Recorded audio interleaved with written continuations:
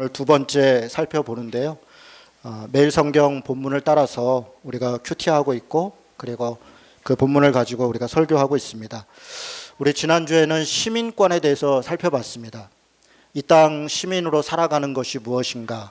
그런데 바울이 이야기하고 있는 것은 이 땅의 로마 시민권자로 혹은 대한민국이나 혹은 서울이나 인천이나 이런 시민권자로서 우리가 마땅히 누릴 수 있는 걸 누리며 사는 것을 이야기하는 게 아니라 하늘 시민권자로서 우리가 이 땅에 마땅히 권리가 있으나 그 권리를 포기하고 사는 삶, 오히려 빌립보서가 이야기하고 있는 것은 이 땅의 시민권을 누리며 사는 게 아니라 이 땅에서 시민으로서는 마땅히 해야 될 것을 해야 하지만 그러나 하늘 시민권자로서 우리가 어떻게 살아야 될 것인가에 대해서 빌립보서가 이야기하고 있다, 그런 말씀을 나누었습니다.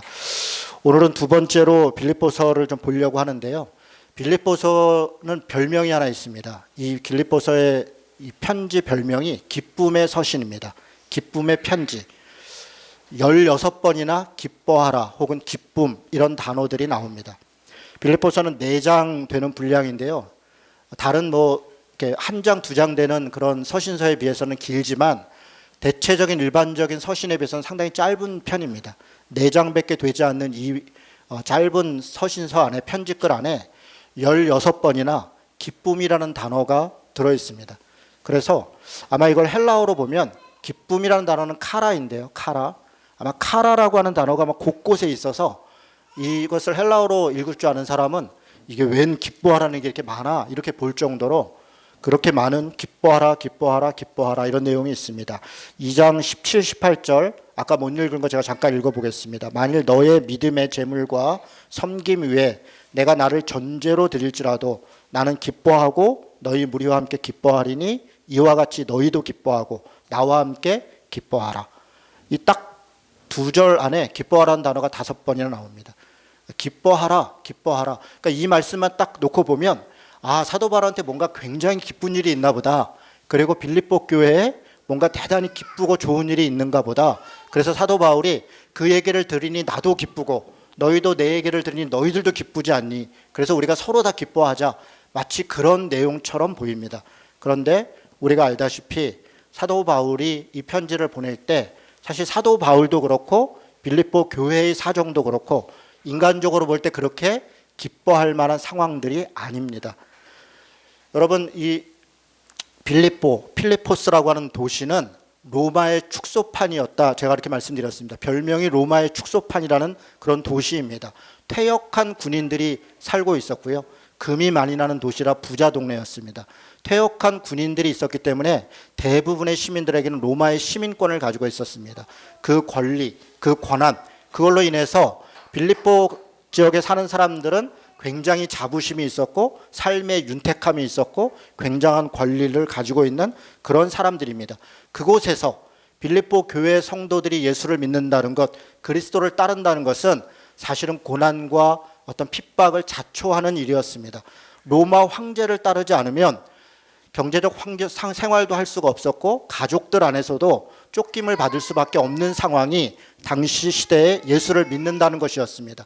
심지어는 유대인으로부터, 유대교를 믿는 사람들로부터도 지금 표현으로 하면 저 이단들, 저 사이비들 그런 이야기를 들어야 할 정도로 굉장히 위축돼 있고 경제적으로, 물질적으로, 신앙적으로 상당히 위축돼 있는 사람들이 빌립보 교인들이었습니다.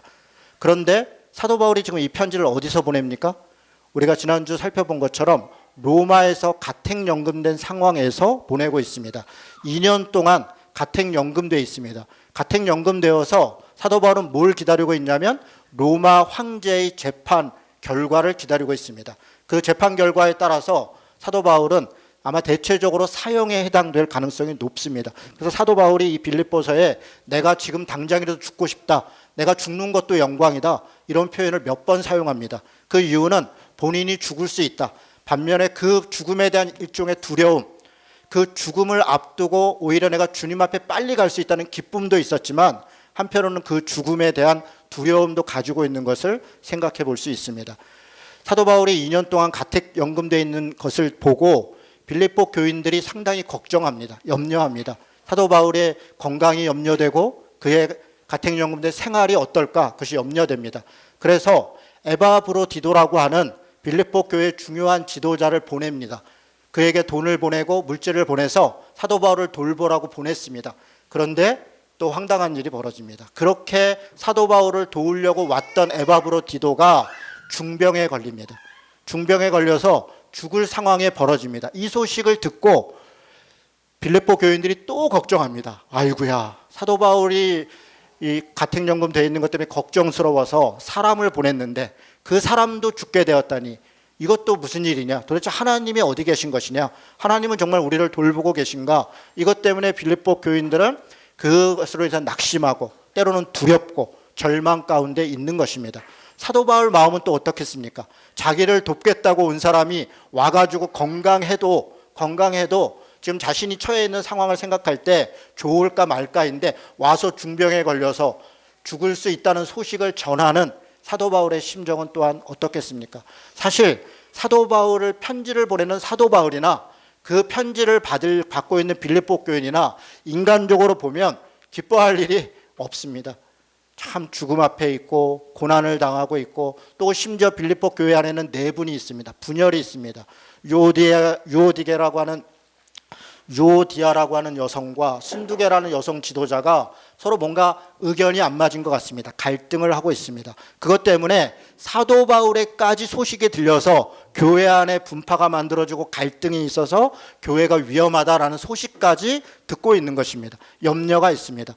또 설상가상으로 유대교인들이 침투해 들어와서 사도 바울을 따르고 이렇게 예수 믿어서는 구원 못 받는다. 구원 받으려면 할례 받아야 되고 제사 똑바로 지내야 되고 성경이 가르치는 율법을 1.1획도 틀리지 않게 지켜야 된다. 더군다나 당신들은 이방인들 아닙니까? 이방인들이니 더더욱이나 하나님의 율법에 더 철저해야 되지 않습니까? 라고 하면서 여러 가지 율법적인 것들을 강요하고 강조하고 그것을 통해서 자신들의 유익을 얻는 일들이 벌어졌습니다. 교회는 여러 갈등이 있고 외부적으로는 핍박이 있고 또 사도 바울은 감옥에 갇혀 있고 또 그것을 안위를 걱정해서 보낸 사람은 와서 또 중병에 걸리고 인간적으로 볼 때는 사실 기뻐할 일이 거의 없습니다. 그런데 사도 바울이 이 짧은 편지 안에 16번이나 기뻐하라 내가 다시 말하노니 기뻐하라 이런 말을 계속적으로 반복해서 이야기합니다. 이것은 그냥 하는 말이 아닙니다. 실제 사도 바울의 이야기들을 가만히 읽어보면 사도 바울은 그런 외부적인 또 내부적인 여러 가지 불평과 갈등과 어려움 가운데도 스스로도 기뻐하고 있고 빌립보 교인들에게도 우리가 충분히 기뻐할 만한 이유가 있다. 그리고 우리는 당연히 기뻐해야 된다라고 하는 것을 선포하고 권면하고 있습니다. 과연 사도 바울은 무엇을 기뻐했을까요? 오늘 우리가 빌립보서에 이야기한 약 8가지 정도의 사도 바울이 기뻐하라라고 했던 내용들을 살펴보면서 우리는 이 땅에 살아가면서 예수를 따르면서 우리가 믿음으로 살아가면서 무엇을 기뻐해야 될 것인가 한번 돌아봤으면 좋겠습니다. 조금 다른 이야기를 하나 하겠습니다. 여러분, 복음이 무엇입니까? 우리가 아는 거지만 또 물어보면 헷갈리는 게 이런 겁니다. 은혜가 뭔가, 복음이 뭔가, 구원은 뭔가 이런 거 그냥 이렇게 평소에 이야기 잘 하다가도 복음이 뭡니까? 그러면 글쎄요. 이게 우리의 이제 전형화된 답은 이런 거죠. 예수 그리스도를 믿음으로 구원받아 하나님 나라 천국에 간다. 그게 우리는 복음이다. 물론입니다. 그것이 복음입니다. 그러나 아주 조금 더 쉽게 얘기를 해보겠습니다. 복음이라는 말, 말 그대로 기쁜 소식입니다. 좋은 소식입니다. 기쁜 소식, 좋은 소식 그렇습니다. 그런데 진짜 복음은 나만 기쁘고 나만 좋은 게 아니죠. 정말 복음은 다른 사람도 좋아야 되고 다른 사람도 기뻐해야 되고 또 모든 사람이 기쁠 수 있어야 합니다. 진짜 복음은 단회적이고 일회적 혹은 상황적이지 않아야 합니다. 무슨 얘기입니까? 어떤 사람과 만나서 밥을 먹고 혹은 좋은 소식을 듣고 이랬을 때 우리가 굉장히 기쁘죠. 그것은 복음의 소식입니다. 그러나 같은 사람과 밥을 먹을 때도 내 마음의 상태가 어떤가 또 주위의 환경이 어떤가에 따라서 그 밥 먹는 게 불편하고 부담스러울 수 있습니다. 어떤 경우에 어떤 상황에 따라 같은 행동을 하지만 어떤 경우에는 굉장히 기쁜 일이 되고 어떤 경우에는 별로 기쁘지 않은 일이 됩니다. 이런 것은 복음이지만 진짜 복음이 아닙니다. 진짜 복음은 영원한 것이어야 되고 지속적이어야 되고 아주 근원적이어야 됩니다. 그래서 성경이 복음이다라고 얘기할 때는 단지 기쁜 소식, 단지 좋은 소식이 아니라 선한 소식이다. 선한 소식. 선한 소식이라는 것은 나한테만 좋은 것이 아니라 모든 사람에게 좋은 것이어야 된다라고 이야기하는 것입니다. 사도 바울이 빌립보서에서 복음을 이야기하고 기쁨을 이야기할 때 자기 자신에게만 기쁘다, 우리만 기쁘다, 그래서 기쁘다, 그래서 기뻐하라, 그렇게 말하고 있는 것이 아닙니다. 사도 바울이 이야기하는 복음은 이 복음을 통해서 나뿐 아니라 다른 사람들도 기쁨이 있을 것이고, 그리고 이스라엘뿐 아니라 로마도, 전 인류도 다 진정한 기쁨을 얻게 되는 것이다. 그것이 진짜 복음이다. 사실 그런 이야기들을 하고 있는 것입니다. 사도 바울은 16번에 대해서 걸쳐서 기쁨을 얘기합니다. 첫 번째는 1장 3절에 4절에 있는 것입니다. 1장 4절 5절 같이 한번 읽어보겠습니다. 1장 4절 5절입니다. 간구할 때마다 너희 무리를 위하여 기쁨으로 항상 간구함은 너희가 첫날부터 이제까지 복음을 위한 일에 참여하고 있기 때문이라. 사도 바울이 지금 첫 번째 기뻐하라라고 이야기하는 것은 지금 사도 바울이 빌립보 교인들한테 편지를 보내면서 내가 너희를 생각하니까 참 기쁘다라고 이야기하는 겁니다. 누군가를 돌아보고 누군가의 형편을 생각하고 할 때 굉장히 기쁘다. 그런데 이 기쁨은 단지 내가 아는 사람한테 편지를 보내니까, 그리고 그래서 내가 안부를 물으니까 물론 그 자체도 기쁜 것입니다. 그러나 그것만 기쁘다라고 얘기하는 것이 아니라 이 기쁨으로 간구했는데 뭘 간구했다고 얘기하냐면 5절에 보니까 너희가 이제까지 복음을 위한 일에 참여하고 있다. 그 얘기를 들으니 내가 참 기쁘다라고 이야기하는 겁니다. 빌립보 교인들이 지금 사도 바울이 없습니다. 내부적으로는 갈등이 있고 외부적으로는 핍박이 있습니다. 그럼에도 불구하고 빌립보 교인들이 그런 여러 가지 갈등과 핍박과 어려움 속에서도 복음을 전하는 것, 사도 바울이 복음을 전하기 위해 애쓴 것, 그 일에 참여하는 것에 여전히 함께하고 있다. 그 이야기를 들으니, 그 행동을 보니 내가 정말 기쁘다라고 이야기하는 것입니다. 사도 바울은 그가 기뻐하는 것은 오로지 복음에 초점이 맞춰져 있습니다. 복음을 전하고 복음에 함께 참여하는 것, 자신이 복음을 전했던 사람들이 성장하고 자라서 지금 누군가에게 복음을 전하고 있고, 또 복음 전하는 사람들 귀하게 여겨서 그들의 일을 돕고 협력하고 그 일에 함께 참여한다는 소식을 들으니 내가 참 기쁘다, 이렇게 이야기하고 있는 것입니다. 우리는 지난주에 우리 교회가 설립한 이후에 처음으로 거리 전도를 했습니다. 아마 많은 분들이 불편함도 있고 부담도 있었지만, 그러나 하자 그러니까 또 하기로 했으니까 아마 했을 것입니다. 저도 그랬습니다. 참 불편하고 부담스럽더라고요. 여러분, 우리가 이렇게 쉽게 얘기합니다. 아유, 저 전도해 갖고 누가 오겠어? 아이고, 전도하는 게 뭘 중요해? 똑바로 사는 게 중요하지. 물론 그렇습니다. 여러분, 제가 전도사로 있을 때 한 청년이 대학생 선교단체 리더를 했던 친구인데, 제가 이 초청 전도 행사를 하자 그랬습니다. 카페를 빌려갖고 대학생 친구들을 초청해가지고 그때 우리가 뭐 공연도 좀 준비하고 뭐 토크도 하고 이러면서 전도 행사를 좀 하자 그랬더니 그 친구가 저를 찾아와서 얘기합니다. 전도사님, 이렇게 전도하는 게 무슨 의미가 있어요? 제가 그걸 위해서 거리에서 전도지 좀 나눠주자 그랬거든요. 친구들한테 전하자. 우리 삶으로 전도하는 게 중요하지 않습니까? 이렇게 보여주기식 전도가 정말 이게 도움이 되겠습니까? 그렇게 이제 저한테 약간 항의성으로 따지는 거예요. 더 안타까운 거, 답답했던 건 그 친구가 전도부장이에요. 전도 선교부장인데 와서 이제 그렇게 얘기를 하는 거예요. 물론 일리가 있습니다. 관계 전도 중요합니다. 삶으로 전도 중요합니다. 그래서 제가 그 친구한테 물어봤습니다. 아무개야, 너 지난 10년 동안, 나도 너 말에 굉장히 동의하는데, 너 지난 10년 동안 너가 관계 전도해서 혹은 네 삶으로 단 한 명이라도 교회에 누구를 초대해 보거나 너 때문에 예수를 믿은 사람이 있니? 이렇게 물어봤습니다. 없습니다. 없어요. 관계 전도를 하고 삶으로 전도해야 된다라고 이야기를 하는데, 실제로 우리가 그렇게 이야기하면서 내 주위에 나와 가장 가까운 사람을 누구를 전도해 본 적이 있습니까? 누군가가 내가 입을 열지 않더라도 그가 스스로 내 모습을 보고 교회를 올 거라 기대하고 있습니까? 간혹 그런 일이 있습니다. 우리가 그런 일을 들을 때 굉장히 놀라고 때로 은혜를 받습니다. 왜 놀라고 은혜를 받습니까? 간혹 있는 일이기 때문에 그렇습니다. 간혹. 어쩌다 세상에 그런 일도 있어? 그렇습니다. 여러분, 복음은 말로 전하는 것입니다. 말하지 않고 어찌 들으리요? 듣지 않고 어찌 믿으리요? 전도에 미련한 것으로 그렇게 복음을 전하는 것이라고 했습니다. 길거리에서 전도지 하나 나눠주는 게 우습지요? 여러분 직접 들고 나가서 전해 보십시오. 이게 얼마나 큰 부담. 사실은 이것이 상대방으로부터 창피한 문제가 아니라 내 전 존재를 걸고 있는 것이기 때문에 그렇습니다. 내가 전한 이것이 그 사람이 나를 보고 있고 이것에 대해 내가 책임을 져야 되고 이것이 내 삶의 전제를 걸고 이 하나의 종이를 누군가에게 전해줄 때 그게 그냥 종이가 아니라 내 신앙이고 내 삶이고 내 믿음인 것입니다. 그것을 전한다는 게 그렇게 쉽지 않은 것입니다. 제가 지난주에 전도를 하면서 정말 감사하고 기뻤던 게 또 고마웠던 게 우리 교회에 다시 온 지 한 주 된 우리 부부가 기꺼이 나가서 전도지를 들고 전도를 하고 우리 여기 뭐 당사자가 계셔서 교회를 처음 왔다 그러는데 이제 한 달 되셨는데 얼마나 열심히 잘해. 제가 걱정이 돼서 길거리만 괜찮으세요? 할만하세요? 몇 번 물어봤는데 괜찮다고 좋다고 이야기하시. 내가 감사했어요.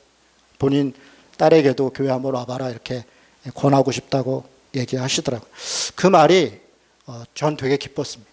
고마웠습니다. 왜냐하면 복음이 저는 여러분에게 좀 설교하는 것은 복음을 전하려고 하는 것입니다. 우리가 윤리적으로 똑바로 살자, 세상적으로 어떻게 살자, 그것은 다 복음을 위한 삶인 것입니다. 믿음으로의 삶을 얘기하는 것이지 우리가 이 땅 가운데 어떻게 사는가, 그것이 우리를 구원하는 것이 아니라는 것을 우리가 다 고백하고 있지 않습니까? 결국 우리는 복음을 전하는 것이고 하나님의 나라를 우리가 이야기하는 것입니다. 이곳에 와서 누군가에게 우리 교회 한번 와봐, 우리 같이 예배 한번 드리자, 그리스도를 믿자라고 이야기할 때 저는 그것이 그래도 저 스스로에게는 약간의 교만한 마음으로 내가 그래도 잘못 얘기하고 있지는 않구나, 하나님의 말씀을 그래도 잘 전하려고 애쓰고 있구나, 그것을 우리 성도들이 그래도 이해해주고 알아주는구나 라고 하는 마음이 드니까 그게 기쁜 겁니다. 저는 이 말을 볼 때 사도 바울의 그런 마음이었다고 생각합니다. 내가 너희를 생각할 때, 하나님께 기도하고 간구할 때 정말 기쁜 것은 여전히 포기하지 않고 복음에 참여하는 일에 함께하고 있다. 그 소식을 들으니 내가 너무나 기쁘다. 정말 감사하다. 너희들이 건강하다는 소식, 너희가 잘 됐다는 소식, 너희가 어떤 형편이 좋았다는, 그 다 물론 기쁜 소식이지만 정말 기쁜 소식은 복음을 포기하지 않고 그 복음 안에서 복음을 함께 전하고 그 일에 함께 참여하기 위해 애쓰고 있다. 그것만큼 더 기쁜 소식이 어디 있겠습니까? 사도 바울이 전한 것이 바로 그것 아니었겠습니까? 그렇습니다, 여러분. 저는 이것이 우리 안에 기쁨이어야 되고, 우리가 누군가에게 말씀을 전하고 복음을 전할 때 우리가 집중해야 되는 것, 또 우리가 붙잡아야 되는 것, 그것은 역시 복음을 전하는 것이고 복음에 참여하는 것이다. 그렇게 믿고 참 감사합니다. 두 번째로 1장 18절을 보겠습니다. 1장 18절을 보니까 그러면 무엇이냐, 거칠애로 하나 참으로 하나 무슨 방도로 하든지 전파되는 것은 그리스도니 이로써 나는 기뻐하고 또한 기뻐하리라. 여러분, 지금 복음에 빌립보 교인들이 참여하는 것을 들으니 내가 참 기쁘다라고 이야기했던 사도 바울이 본인도 뭐 때문에 기쁘냐면 나로 인해서 복음이 전파되고 있다니 이게 정말 기쁘다 얘기합니다. 그런데 지금 어디서 복음이 전해지고 있습니까? 사도 바울은 가택연금대에 있습니다. 가택연금돼서 자기에게 찾아오는 사람 외에는 만날 수 없습니다. 그런데 사도행전 20장 30절 31, 사도행전 28장 30절 31절에 이 빌립보서를 쓴 그 가택연금 상황에서 사도 바울이 뭐라고 얘기합니까? 내가 이태 동안 가택연금대에 있는데 나에게 찾아오는 사람들에게 내가 담대하게 거침없이 복음을 전하였노라, 그렇게 고백합니다. 사도 바울은 비록 가택연금대에 있음에도 불구하고 자기를 찾아오는 어떤 사람이라도 그가 전한 것은 복음이었습니다. 그래서 그렇게 해서라도 복음이 전해지는 게 너무 기쁘다. 심지어는 여기 안에 뭘 얘기합니까? 자기를 지키고 있는 시위대의 군사들, 내가 기회가 있을 때마다 군사들에게도 복음을 전한다. 그것 때문에 로마의 군인들에게까지 내가 복음을 전할 수 있다니 이 또한 얼마나 기쁜 일이냐, 이렇게 얘기합니다. 심지어는 빌립보 교회 안에 무슨 일이 벌어졌습니까? 어떤 사람들은 사도 바울이 가택연금 됐다는 이야기를 듣고 그럼 누가 복음을 전합니까? 라고 하면서 그 선하고 착한 마음으로 나라도 복음을 전해야 되지 않겠습니까? 라고 하면서 나가서 복음을 전했습니다. 그 이야기를 들으니 기쁩니다. 또 하나, 어떤 사람들은 투기와 질투로 복음을 전했어요. 이게 무슨 얘기입니까? 사도 바울이 복음을 전하는 것 때문에 사람들이 사도 바울을 존경했습니다. 참 진짜 하나님의 사람이다. 그런데 누군가 자기가 지도자임내, 내가 하나님 앞에 인정받고 싶었던 사람이 사도 바울을 질투했습니다. 그런데 사도 바울이 감옥에 갇혔습니다. 그랬더니 때는 이때다. 내가 열심히 전도를 하고 내가 열심히 복음을 전해서 내 능력을 증명해서 나도 사람들로부터 존경을 받아야지. 그렇게 투기와 질투로 그런 분쟁으로 복음을 전했습니다. 사람들은 그걸 가지고 염려했습니다. 저들이 지금 분당을 만든다, 파당을 만든다 염려했습니다. 그 얘기를 들은 사도 바울의 반응은 달랐습니다. 상관없다. 그들이 선으로 복음을 전하나 투기와 질투로 전하나 무슨 분쟁으로 복음을 전하나 복음을 전한다면 지금 그 얘기입니다. 무엇으로든지 거칠어든지 참으로든지 무엇으로든지 복음을 전한다면 나는 그 얘기를 들으니 너무 기쁘다. 정말 기쁘다. 이야기합니다. 사도 바울은 복음에 미친 사람입니다. 오로지 자기 자신이 어떤 안위나 자기 자신에 대한 평가나 별로 관심이 없습니다. 자신이 어떠함이 중요한 것이 아니라 나의 어떠함까지도 이용되어서 하나님의 복음이 전해진다면 그것이 내 목적이다. 내 삶의 이유이다. 그것이 나에게 있어서 기쁨이다. 그렇게 이야기하고 있는 것입니다. 사도 바울은 지금 무엇을 기뻐하고 있습니까? 복음, 하나님이 자신만이 아니라 다른 사람들도 구원하실 뿐 아니라 온 인류를 구원하시려는 그 그리스도로 주님으로 오신 것, 그것에 자기의 인생을 걸었고 그것으로서 모든 삶을 살고 있는 것입니다. 1장 25절에 보니까 이런 말씀이 있습니다. 내가 살 것과 너희 믿음의 진보와 기쁨을 위하여 너희 무리와 함께 거할 이것을 확실히 안다. 지금 사도 바울은 믿음이 진보하고 있다. 믿음이 전진하고 있다. 물론 이것은 복음이 전해지는 것을 이야기합니다. 그러나 복음이 전해지는 것만이 아니라 사실은 신자들이 신앙이 성숙하는 것을 이야기하는 것입니다. 믿음이 진보한다는 것은 우리의 신앙이 성숙해서 그 하나님을 아는 지식이 높아지고 그리스도의 장성한 분량까지 이르는 것을 이야기하고 있는 것입니다. 2장 4절에 그 이야기를 이어서 하고 있습니다. 각각 자기 일을 돌볼 뿐 아니라 또한 각각 자기 사람들의 일을 돌보아 나의 기쁨을 충만하게 하라. 갈등이 있습니다. 서로 네가 잘났니 내가 잘났니, 네가 더 많이 했니 내가 많이 했니, 그것 때문에 분열이 있습니다. 그런데 그것에 대고 사도 바울이 요청하는 것은 단 한 가지입니다. 한 마음과 한 뜻이 되어라. 그러면서 각각 자기에게 맡겨진 일을 최선을 다해 성실하게 해라. 그러나 내 일만 잘한다고 되는 것이 아니라 내 일을 잘할 뿐 아니라 거기서 한 걸음 더 나아가서 다른 사람의 일도 돌아보아라. 그것이 기쁨이 되는 것이다. 이것은 믿음의 진보를 이야기하는 것입니다. 믿음의 성숙을 이야기하는 것입니다. 언제까지나 어린아이가 되어서 나를 왜 챙겨주지 않아요? 나 중심으로 세상을 바라보는 것이 아닙니다. 여러분, 우리가 아이들이 클 때, 아이들이 사춘기 때 아이들이 그러죠. 엄마한테, 엄마 왜 나한테 이렇게 얘기해? 엄마가 정말 내 친엄마가 맞아? 이러면서 온통 불평과 불만이 가득합니다. 이유가 뭡니까? 자기 사고로 생각하는, 나 중심으로 생각하는 겁니다. 동생을 조금만 챙겨줘도 왜 동생만 잘해줘? 나는. 자기 못했다고 하는 얘기가 아닙니다. 동생은 동생대로 이뻤고 그 순간 잘했다는 얘기입니다. 그런데 나는 왜 이렇게 얘기합니다. 어린아이들, 사춘기 선 아이들, 아직 철이 들지 않았고 자기 중심으로 생각하는 아이들은 온통 자기 중심입니다. 왜 나를 챙겨주지 않냐? 왜 나한테 이렇게 했냐? 왜 나한테 관심이 없는가? 왜 나는 이렇게 했는가? 그런데 성숙한 사람은 어떻습니까? 성숙한 사람은 나에게 관심이 아니라 다른 사람에 관심을 갖습니다. 누구는 어떨까? 누구는 아프지 않은가? 누구는 어떤 일이 있었나? 그 일이 있었다는데 얼마나 마음이 아팠을까? 그 사람은 지금 얼마나 어려울까? 그런 것으로 생각이 돌아가는 것입니다. 부모님은 얼마나 힘들까? 저 친구, 내 형제는 얼마나 괴로울까?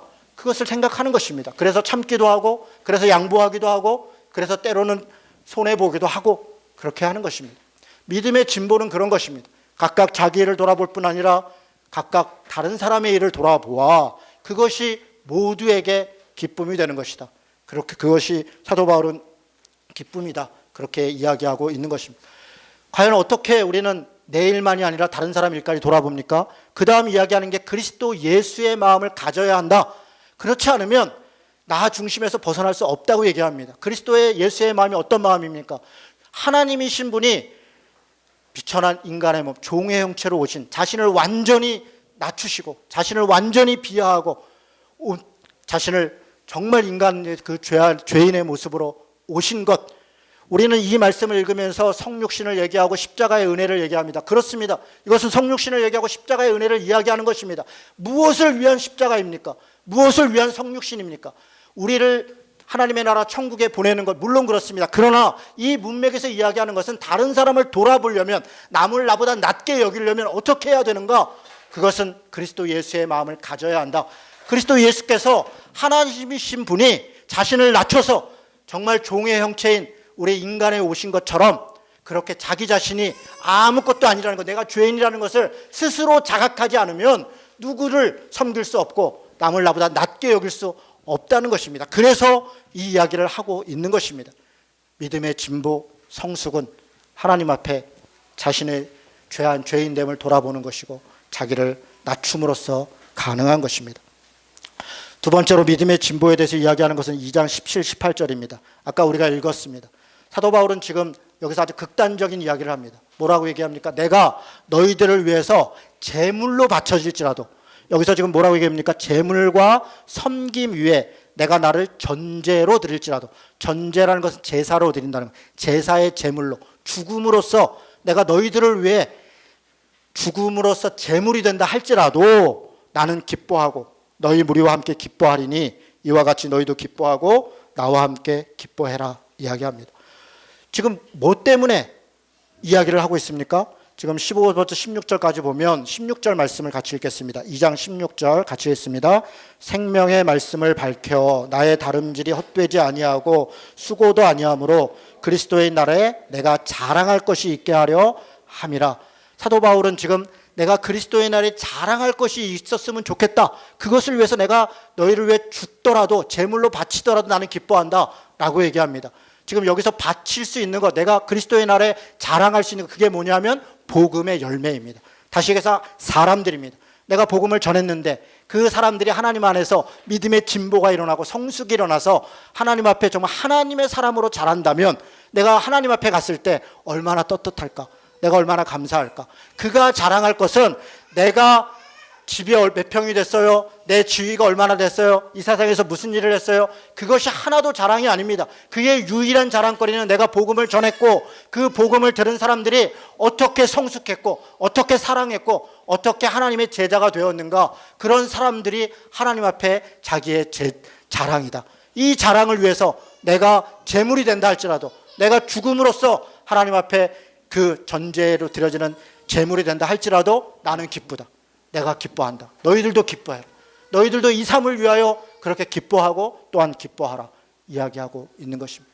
사도 바울은 정말로 복음에 미친 사람입니다. 복음을 전하기 위해서 온 삶을 다 드린 사람입니다. 그리고 그 삶의 결과로 자기 자신이 평가받기를 그렇게 간구하고 있습니다. 3장부터 보면 4장으로 가보겠습니다. 4장에 보면 아까 말씀드린 것처럼 에바브로디도를, 4장이 아니네요. 2장 끄트머리네요. 네, 죄송합니다. 2장 28절에 에바브로디도를 다시 보냅니다. 그런데 참 여기에 감사한 일이 있습니다. 아까 에바브로디도가 사도 바울을 찾아와서 중병에 걸려서 죽게 되었다 그랬습니다. 그것 때문에 다 걱정합니다. 염려합니다. 사도 바울도 참 민망하게 됐고 빌립보 교인들도 염려가 많았습니다. 그런데 하나님께서 26절에 보니까 그가 너희 무리를 간절히 사모하고 자기가 병든 것을 너희가 들은 줄을 알고 심히 근심했는데 그가 병들어 죽게 되었으나 하나님이 그를 긍휼히 여기셨고 그뿐 아니라 또 나를 긍휼히 여기사 내 근심 위에 근심을 면하게 하였다. 이게 무슨 얘기냐면 에바브로디도의 병을 하나님이 낫게 해주셨습니다. 그래서 내가 정말 안심하게 됐다. 정말 다행이다. 그래서 내가 급히 그 사람을 보내겠다. 너희들의 에바브로디도의 건강함을 보고 다 함께 기뻐했으면 좋겠다. 다른 사람이 염려하는 것, 또 걱정하는 것, 그것을 빨리 해결. 원래는 디모데를 먼저 보내려고 했습니다. 그런데 에바브로디도의 병이 나니까 디모데를 뒤로 물리고 지금 이 편지를 에바브로디도가 들고 간 것으로 보입니다. 에바브로디도를 먼저 보내서 다른 사람의 염려와 근심하고 있는 것을 먼저 해결해 주는, 그것이 지금 사도 바울의 마음입니다. 다른 사람의 형편을 살피고 서로의 염려 가운데 그것을 하나님이 도와주시기를 구하고 이것이 기쁨이 되었다, 그렇게 이야기하고 있는 것입니다. 3장에 보면 좀 어려운 일이 하나 벌어집니다. 아까 말씀드린 것처럼 유대주의자들이 와서 할례를 이야기하고 제사를 이야기하고 이것 때문에 빌립보 교인들을 혼란케 하고 미혹합니다. 아마 이 편지를 보낸 이유를 보니까 그 미혹과 혼란에 넘어간 사람들이 있어요. 그래서 서로 안에 갈등이 벌어진 것 같습니다. 율법주의, 형식주의, 육체로 구원받는다. 사실 지금도 이런 이야기들은 우리 안에도 가득합니다. 11조, 주일 성수, 전도, 기도, 예배, 물론 다 중요합니다. 여러분, 이런 것들은 사실 어떤 면에서 우리에게 훈련과 같은 것입니다. 예배를 드리는 것은 예배 자체로 우리의 구원의 여부를 결정하는 것이 아니라 하나님 앞에 우리 삶을 살아가는 훈련을 하는 것입니다. 매주 일정한 시간을 내가 하나님께 드리는 것, 그 훈련을 통해서 나의 모든 시간이 다 하나님의 것이라는 것을 잊지 않는 것입니다. 일종의 대표 원리입니다. 우리가 하나님께 헌금하는 걸 통해서 내 모든 것이 하나님의 것이라는 걸 잊지 않는 것입니다. 때때로 우리는 이렇게 훈련하지 않고 자신을 돌아보지 않을 때 우리는 교만하게 됩니다. 내게 주어진 모든 것이 다 내 것이라고 생각합니다. 우리가 누군가에게 복음을 전할 때 누군가가 나에게 복음을 전했던 것을 기억하게 됩니다. 그래서 우리 스스로 겸손하게 됩니다. 내가 잘나서 하나님이 나를 구원한 것이 아니라 하나님께서 누군가의 수고를 통하여 나에게 주의 복음을 증거했다는 것을 우리는 기억하게 됩니다. 그래서 우리는 전도하는 것이나 예배하는 것이나 기도하는 것이나 헌금하는 것이나 이 모든 것들이 사실 우리 신앙의 굉장히 중요한 요소입니다. 그러나 이런 것들이 우리의 구원을 담보하는 것은 아닙니다. 우리가 아무리 입으로 믿는다 고백한다 할지라도 그것이 믿음이 아닙니다. 자기 확신이 곧 믿음이 아니라는 것입니다.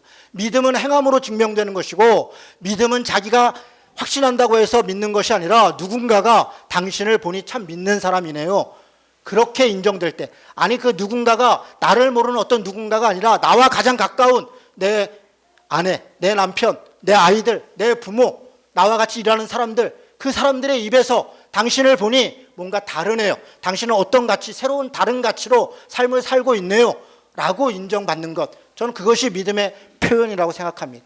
믿음은 내가 믿는다고 고백하는 것으로 믿음의 확신이 있는 것이 아닙니다. 믿음으로 확신을 한다는 것, 물론 그것이 그 자체를 제가 부정하는 것은 아닙니다. 입으로 고백하지 않는데 어찌 믿음이 되리요 라는 말씀도 또한 있습니다. 그러나 고백한다고 해서 곧 그것이 믿음의 확신은 아니다, 이렇게 말씀드리는 것입니다. 결국은 우리는 행함으로 우리의 삶을 증명합니다. 그런 면에서 어떤 형식을 갖추고 어떤 일을 행하는 것, 율법적으로 뭔가를 따르는 것 물론 중요합니다. 그러나 그 자체가 우리를 구원에 이르지 하지 않습니다. 구원은 전적으로 하나님께 달려있고 우리의 믿음의 고백에 있고, 구원은 전적으로 하나님의 은혜인 것, 그것을 우리가 고백하고 있기 때문에 그렇습니다. 여러분, 은혜라고 하는 단어는 카리스라는 단어인데요, 제가 아까 초반에 뭐라고 했냐면 기쁨이란 단어가 카라라 그랬습니다. 은혜라고 하는, 선물이라는 단어는 카라, 이 기쁨에서 나온 단어입니다. 카라, 카리스, 그리고 카리스마, 카리스마틱, 은사적인, 또 은사자, 이게 다 같은 말입니다. 기쁨에서 은혜, 그리고 카리스마라고 하는 어떤 은사적인 혹은 어떤 뭐랄까 이렇게 카리스마틱한 영적인 카리스마적 지도자, 이런 것들이죠. 카리스마적 지도자는 권위적인 지도자를 얘기하는 게 아닙니다. 은혜의 지도자, 기쁨의 지도자, 하나님의 복음을 선물로 받은 것처럼 그 선물을 나누는 지도자, 그게 카리스마적 지도자입니다. 원래 원뜻이 그렇습니다. 하나님이 복음을 기쁨이라고 말씀하시는 것은 우리의 행함이, 우리의 어떤 노력이 우리의 구원을 담보하는 것이 아니라 하나님이 주신 선물이기 때문에 그렇습니다. 그래서 우리는 그것을 은혜라고 얘기합니다. 그런 면에서 유대주의자들이 이야기하는 일정한 율법, 형식, 그것도 일정 부분 필요한 면도 있고, 그러나 우리가 믿음으로 고백하는 것, 그것을 잊지 않아야 되는 것입니다. 오늘 사도 바울이 유대교 지도자들을 경계하면서 이야기하는 것입니다. 그들이 할례를 이야기하고 제사를 이야기하고 어떤 형식을 얘기할 때 사도 바울은 지금 뭐라고 얘기합니까? 3장 3절에 보니까 하나님의 성령으로 봉사하고 그리스도 예수로 자랑하고 육체를 신뢰하지 아니하는 우리가 곧 할례파다. 결국 성령에 달려있고 믿음으로 달려있고, 9절에 보니까 그 안에 발견되려 함이니 내가 가진 의는 율법으로 난 것이 아니오 오직 그리스도를 믿음으로 말미암은 것이니 곧 믿음으로 하나님께로부터 난 의이다. 믿음으로 하나님께로부터 난 의로움이다. 이 말은 믿기만 하면 된다, 그렇게 말하는 것은 아닙니다. 믿음으로 그 믿음을 행함을 통하여 그 의를 증명한 것이다, 그렇게 사실 이야기하고 있는 것입니다. 말이 길어졌습니다. 그래서 결론적으로 4장 1절에 얘기합니다. 그러므로 나의 사랑하고 사모하는 형제들아, 나의 기쁨이요 멸리가 아닌 사랑하는 자들아, 이와 같이 주 안에서 서라. 이와 같이 주 안에서 서라. 율법적인 것으로, 형식적인 것으로 우리가 주님 안에 서 있는 것이 아닙니다. 하나님 안에 그 기쁨으로, 그 은혜로 우리가 그 중심을, 그 은혜의 구원의 복음의 은혜를 흔들리지 말아야 한다. 주 안에서 굳게 서야 된다. 그렇게 이야기하고 그것이 기쁨이다. 기쁨이다. 그렇게 이야기하고 있습니다. 유오디아와 순두개가 갈등을 빚었습니다. 사도 바울은 그 상황을 안타까워했습니다. 그래서 이야기합니다. 4장 4절에 보니까 주 안에서 항상 기뻐하라. 내가 다시 말하노니 기뻐하라. 그리고 이 뒤에는 우리가 다 잘 아는 말씀이 있습니다. 아무것도 염려하지 말고 오직 모든 일에 기도와 간구로 너희 구할 것을 구하라. 그래야면 지각에 뛰어나신 하나님이 너희 마음과 생각을 지키시리라. 우리가 이 말씀을 잘 알고 있습니다. 그런데 이 말씀의 배경이 무엇입니까? 왜 우리는 하나님께 기도하고 간구해야 되고 왜 서로 함께 기뻐해야 되는가? 사실 이 말씀은 유오디아와 순두개의 갈등에 대해서 이야기하면서 연해서 말하고 있습니다. 그 갈등을 넘어서서 서로 협력하고 사랑해야 된다. 한 마음 한 뜻이 되어야 한다. 그 연합하고 협력하는 것을 위해서 우리는 기도하고 간구해야 된다. 왜 연합하고 협력하는데 기도와 간구가 필요합니까? 연합하고 협력하는 것은 우리의 힘으로 안 되는 것이기 때문에 그렇습니다. 우리가 아무리 그래 오늘부터 내가 나를 낮추고 서로 협력해야지 안 됩니다. 며칠 지나고 나면 단점이 보이고 내 교만이 드러나고 협력하기 어렵습니다. 그래서 하나님 앞에 기도해야 되는 거예요. 나의 죄성을 고백해야 되는 것이고 상대를 격려하고 위로하고 하나님이 함께 해주시기를 간구해야 되는 것입니다. 그래서 하나님의 지각에 뛰어난 그 평강이, 그 평화가 우리 가운데 임해야만이 우리가 서로 사랑할 수 있고 협력할 수 있다. 그래서 7절에 얘기합니다. 그리스도 예수 안에 너희 마음과 생각을 지켜주실 것이다. 결국 이 기도의 결론은 마음과 생각을 지켜주신다는 겁니다. 어떻게 지킨다는 거? 한 마음 한 뜻이 되도록 서로 연합하고 협력할 수 있게 되도록. 그것이 사도 바울이 기쁨에 대한 이야기이고 기뻐하라는 이야기입니다. 마지막으로 4장 10절을 보겠습니다. 내가 주 안에서 크게 기뻐함은 너희가 나를 생각하던 같이 이제 다시 싹이 남이니 너희가 또한 이를 위하여 생각은 하였으나 기회가 없었습니다. 이 후의 이야기는 풍부의 처줄도 비천의 자종 이야기도 있고 내가 주 안에서 모든 걸 행할 수 있다 여러 이야기가 있지만 사실 여기서 배경은 어떤 이야기냐면 너희가 복음에 참여했다는 거예요. 1장 3절의 이야기를 다시 합니다. 어떻게 참여했습니까? 4장 16절에 봅시다. 데살로니가에 있을 때에도 너희가 한 번뿐 아니라 두 번이나 나의 쓸 것을 보내었다. 15절도 마찬가지입니다. 사도 바울이 복음을 전하고 생활에 필요한 것을 빌립보 교회가 여러 번 도왔다는 거예요. 그것으로 인해서 내가 참 고맙고 감사하다. 내가 정말 기쁘다. 사도 바울에게 복음에 참여하는데 각자의 삶의 자리에서 복음을 증거하는 것, 성숙한 신앙인으로 자라는 것, 물론 당연히 복음에 참여하는 것입니다.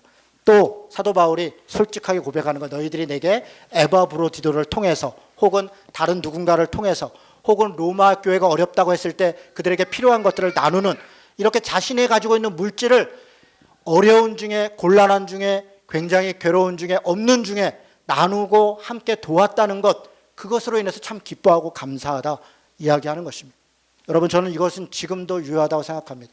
교회에 헌금하는 것뿐 아니라 어려운 사람, 고난이 있는 사람에게 우리가 말로 격려하는 거 할 수 있습니다. 그래, 힘내. 같이 기도하자. 하나님이 도우실 거야. 여러분, 우리가 말로 빚을 갚으려고 합니까? 어려운 사람에게 말로 기도하자 했으면 우리가 밥 3끼 먹으면 밥 1끼 나눠주려고 하는 마음이 있어야 합니다. 차비가 없어서 고민하는 사람에게 힘내, 하나님이 함께 할 거야. 그 사람에게 차비 주면 됩니다. 차비를 주면 된다고요. 그의 형편을 돌아보고 내 물질을 나누려고 하는 것, 사실 거기 안에서 진짜 진정한 기쁨이 있는 것입니다. 하나님께서 내 죄를 탕감해 주신 것처럼 나에게 거저 은혜를 주셔서 나를 구원하신 것처럼 하나님이 내게 맡기신 물질, 내게 맡기신 재능, 내게 맡기신 시간, 그것을 나를 위해서만 쓰는 것이 아니라 누군가 필요한 사람에게 기꺼이 내주는 것, 그것이 기쁨이 되는 것입니다. 그것이 복음인 것입니다. 그것이 나만 기쁜 것이 아니라 남도 기쁜 것이고 모두가 기쁜 것입니다. 사도 바울은 지금 있는 그대로 얘기하는 것입니다. 마지막에 조심스럽게 얘기합니다. 다 기쁘다. 복음이 전해지는 것도 기쁘고 복음이 성숙하는 것도 기쁘고 다 좋다. 그러나 내가 정말 또 기쁘고 감사한 것은 너희들이 나에게 말로만이 아니라 물질로도 나를 돕고 이 사역에 함께 해주니 내가 그것도 정말 기쁘다. 여러분, 이 말이 세속적으로 들리십니까? 이것이 돈만 밝히고 있는 어떤 사꾼 목자의 이야기로 들리십니까? 아니요, 그렇지 않습니다.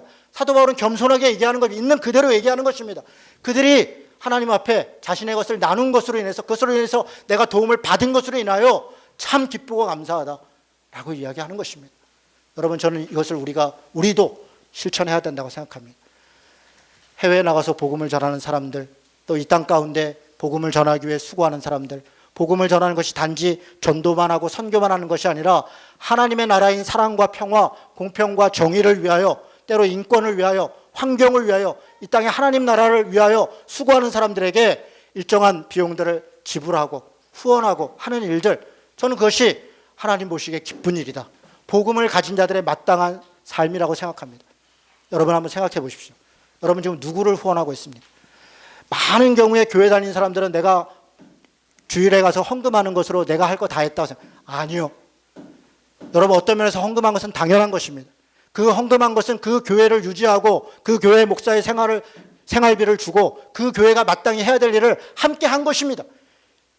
더 중요한 것은 여러분이 여러분의 삶의 자리에서 누구를 어떻게 돕는가, 교회가 나를 대신하여서 돕는 것이 아니라 내가 나를 어떻게 하고 있는가 하는 것입니다. 여러분, 누구를 돕고 있습니까? 우리가 시간을 내서 다 참여하지 못하죠.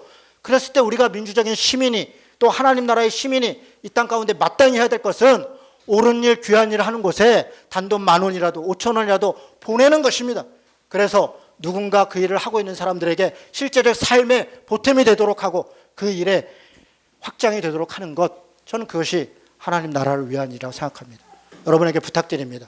교회에서 헌금하는 것 그 외에 여러분이 복음을 위해, 또 공평과 정의를 위해 수고하는 사람들에게 단돈 10,000원이라도 5,000원이라도 1,000원이라도 얼마라도 여러분의 형편에 따라서 보내시기 바랍니다.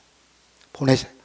그들을 격려해 주는 것입니다. 돈으로 격려해야 됩니다. 시간을 낼 수 없다면, 재능을 드릴 수 없다면, 함께하는 여력이 없다면 돈 얼마라도 보내서 그들이 그것으로 위로를 받고 그 일을 잘 감당하도록 하는 것, 저는 그것이 필요하다고 생각합니다. 이것은 사회적 헌금입니다.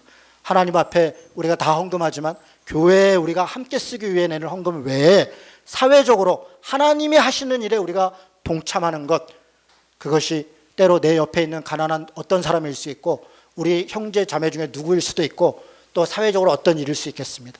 한번 생각해 보십시오. 그리고 한번 진짜 결심해 보십시오.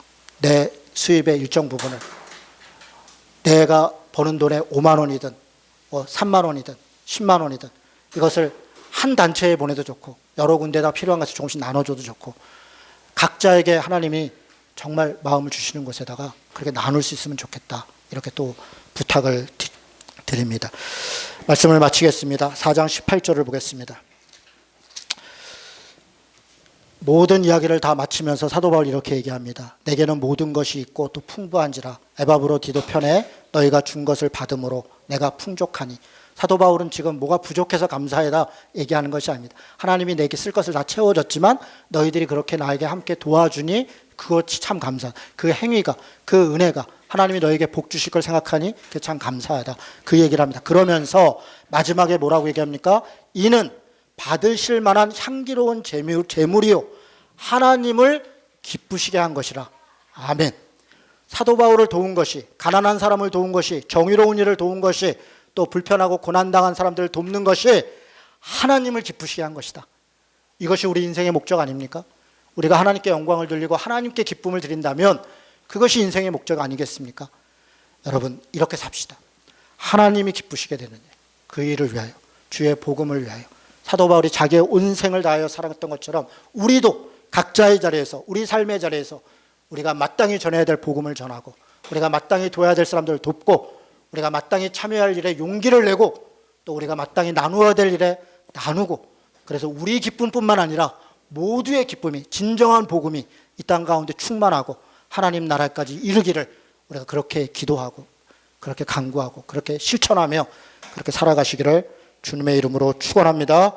아멘.